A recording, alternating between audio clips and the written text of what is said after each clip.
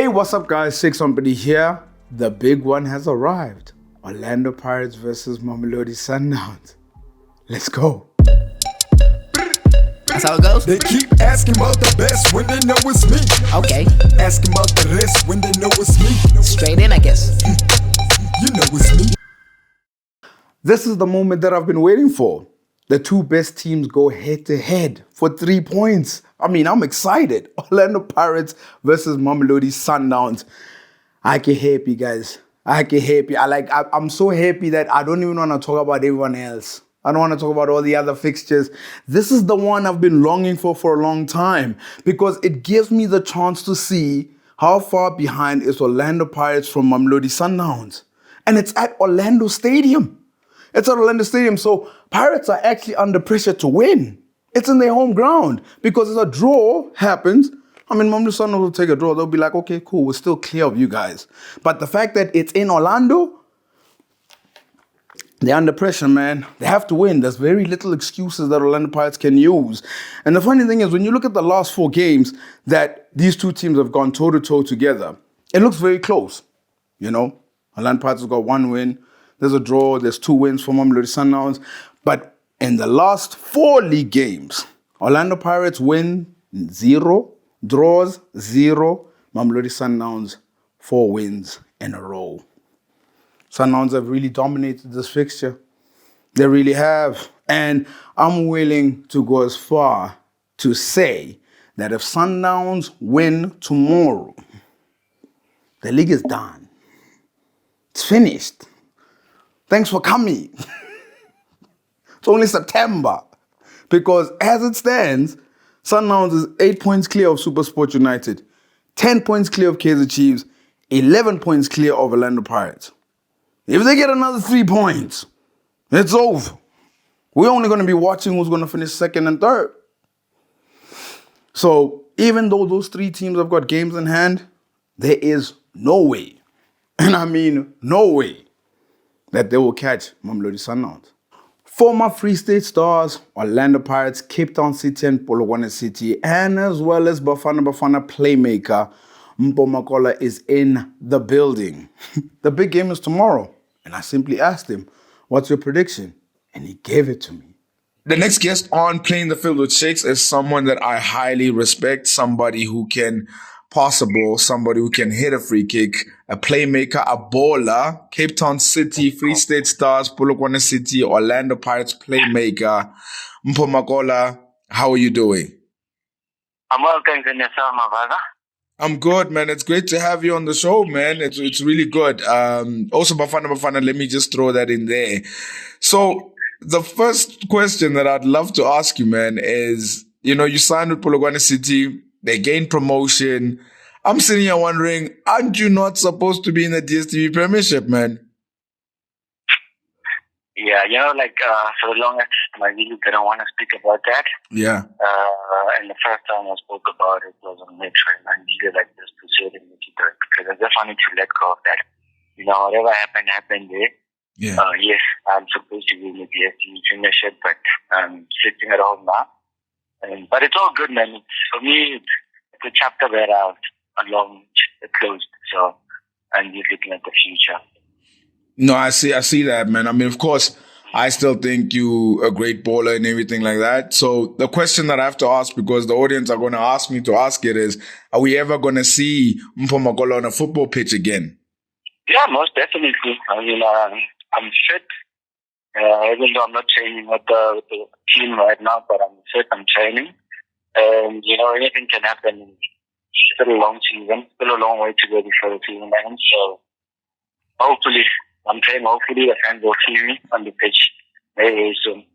Oh, man, and the window's still open. So, hey, let's see some surprises that could happen. So, the next one, man, is I've asked journalists, I've asked broadcasters, I've asked friends, but hearing it from a footballer himself, I really would love to know the answer to this question. Why is Mamelodi Sundowns so far ahead of everybody?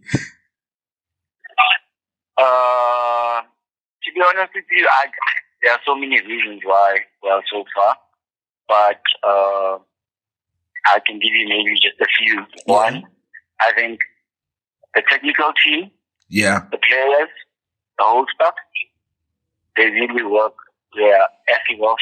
Excuse me for the language. Yeah. But they work their asses off the pitch. You know, they do so much behind closed doors that people don't see. You know? Yeah. And then that's why it looks so easy for them in the field of play on the day. And I think from their understanding, that's just the advantage.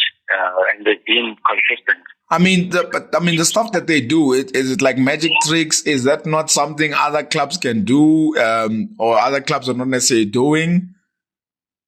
No, they're just doing magic tricks. They're not doing something that nobody else cannot do. You know, something that everybody else can do. But like I said, everyone is working, from the guy that works at the gate to the guy that washes the kit. Yeah. They're all honest people, and they try to help the team, you know, because at the end of the day, the players are the most important people in the team. And if the players are happy, the players will perform for you. And I think that's what normally Sundowns has been doing for years. Just looking after their players, looking after their employees. Yeah, no, I mean, if the employees are very happy, then surely the business is going to go smoothly. Now, the biggest game of the season is coming around the corner. Orlando Pirates are facing Mamelodi Sundowns at home. I see it as a must-win for Orlando Pirates if they are to stop Mamelodi Sundowns in any kind of way.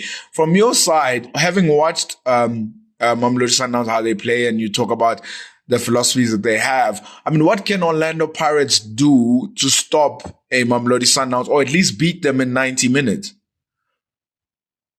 Damn. You know, like, I don't like talking about when I was there or whatever, but I remember when we played Sundowns, there was a time when Sundowns City there was a weapon, and we just couldn't stop them, you know? But we came up with a plan to be like, the only Sundowns were beating us, the only way Sundowns were actually beating us is that we were giving them so much of the ball, you know? And if you play a team like Sundowns, deny them the ball. Deny them the ball. The same way they're doing to denying the ball and sucking the energy out of you. That's the same way to get to Mamelodi Sundowns, from my opinion, from my understanding. And take your chances. Take your chances. Yeah. I think that's something that teams obviously don't necessarily do. They sometimes show too much respect to Mamelodi Sundowns and they give them the ball. Whereas the secret that you're saying is, how about you hold possession and let's see if they can get the ball? Thank you. That's what I'm doing. Well, that's my way, I think. I don't know what everybody else thinks. Yeah. No, I understand. Listen, and in Orlando Pirates aside, there's somebody who is playing a similar role that you were playing, somebody who's getting a lot of the spotlight, Patrick Maswangani. I mean, what have you made of him since he's come to Orlando Pirates being the playmaker of the side?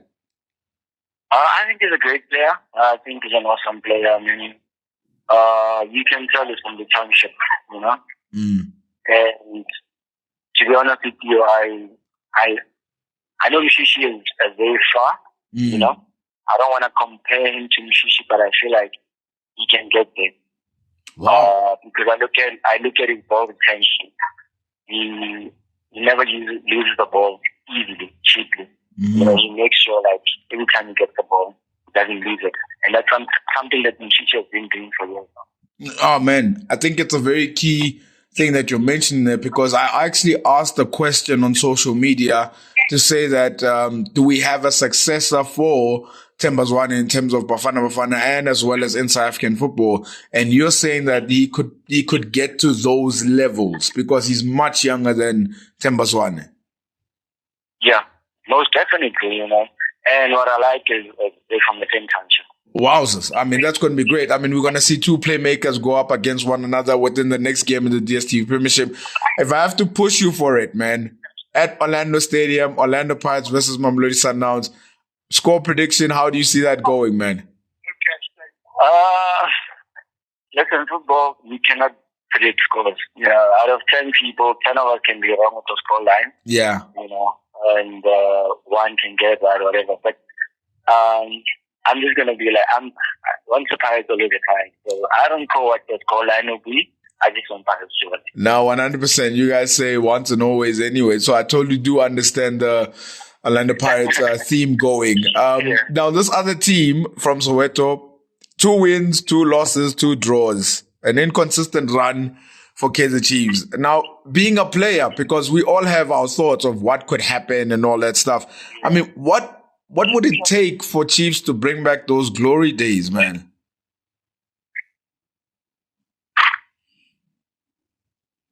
Damn.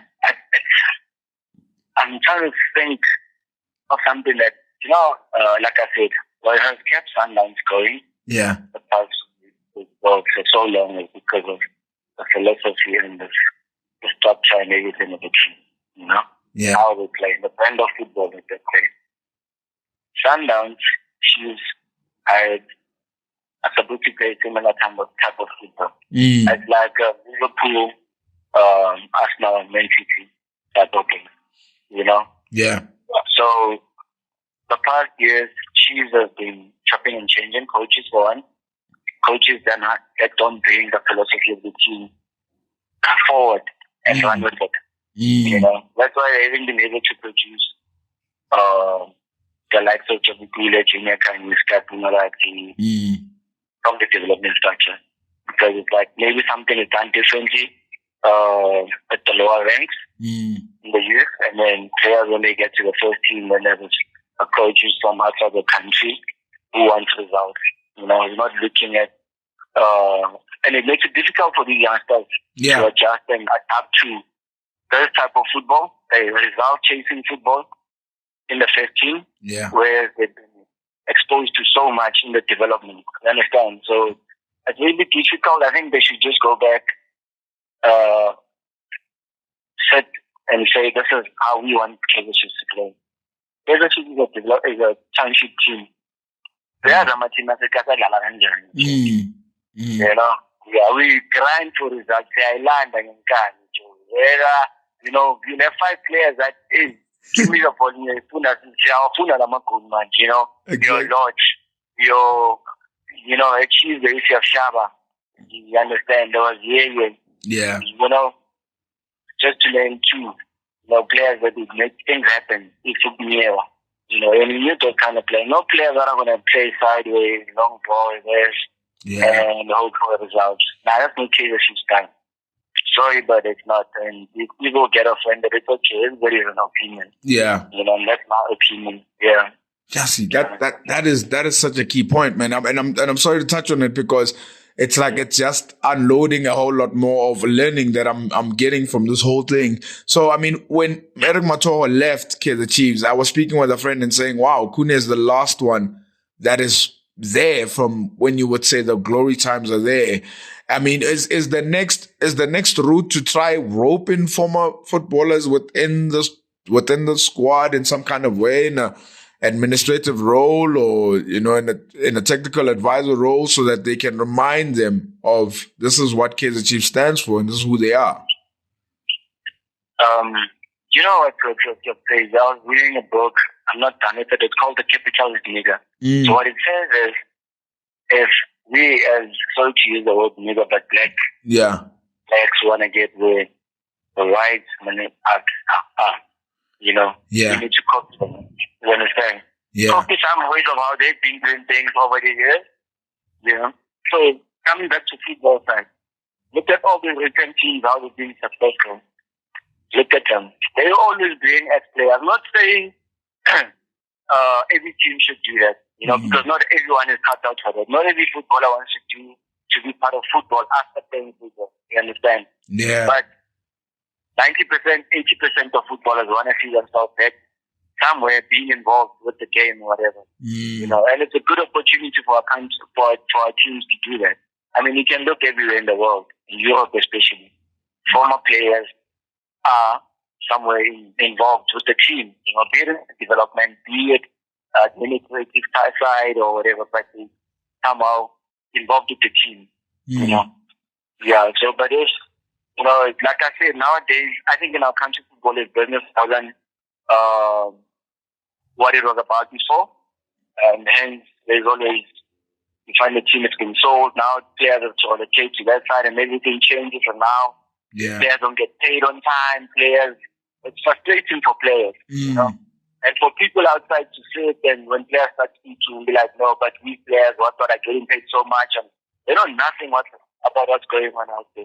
Yeah. It's these kind of things that messes up the whole structure of the team and everything. You know? Yo, that is, yeah, no, man, I definitely take that. And with all the gems that you're dropping, I mean, you dropped one more gem for everybody to notice. I mean, you mentioned that you were going to be starting a podcast with Kermit Erasmus from Orlando Pirates. I mean, why have you decided to do this? I think, for one, in the past, I mean, the generation before mine, Yeah. every time they'd fall off, like after playing, they'd be like, guys, don't make the same mistake that we did.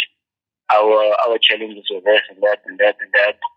But they didn't do anything or educate the next generation, my generation, on how to go about it, because these things are always going to be there. These problems are always going to be there for footballers. Mm. You know? After retiring, 85% of footballers to 90% go bankrupt. There's nothing to fall back on. You understand?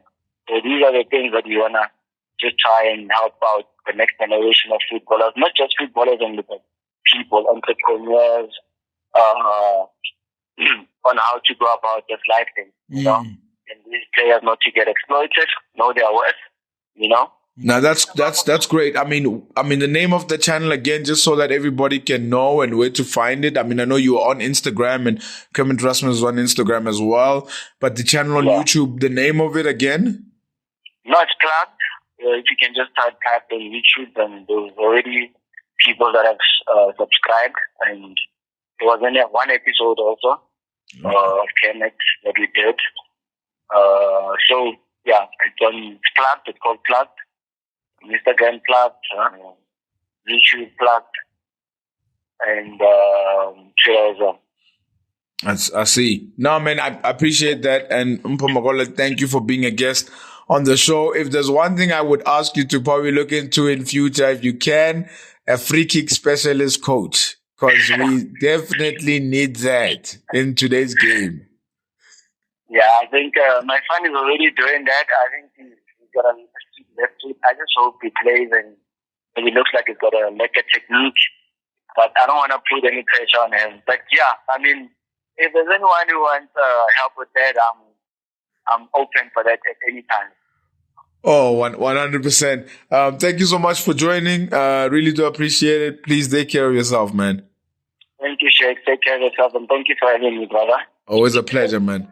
Who was up to par and who became our star, but also who fell short in this game we all love? Let's find out on Moegoe of the Week. AmaZulu are the stars of the week. I mean, they didn't give up. They came from behind very late in the game. They get the 3 points. It was pretty obvious that they were going to be the stars.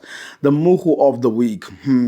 I mean, it could have easily been Ashley Dupree. I mean, those misses, guys, professional footballer. Yeah, perfect. Luckily, there was a team that messed up a lot more than what you did, Ashley. Cape Town City is the Moegoe of the week. Guys, for those who didn't watch this game, they were leading 2-1 with 9 minutes to go against AmaZulu, and they lost. They conceded twice in 9 minutes. Poor defending. 5 defeats in a row for Eric Tinkler. Those are my Moegoe of the week. It's time for Bet of the Week. Get ready to win big by placing the right bets on the right games. So before we begin, can I get a thank you? Can I get a thank you? Because last week's bet slip was a banger. Yep, all of that. Me. This week, let's go for another one, guys. Orlando Pirates versus Mamelodi Sundowns. I've gone with double chance draw or Mamelodi Sundowns to win. I don't see them losing the game. SuperSport United against Kaizer Chiefs over 1.5. Arsenal against PSV in the Champions League. I've gone Arsenal straight win. Bayern against Manchester United. Mara United fans, you know, it's Bayern.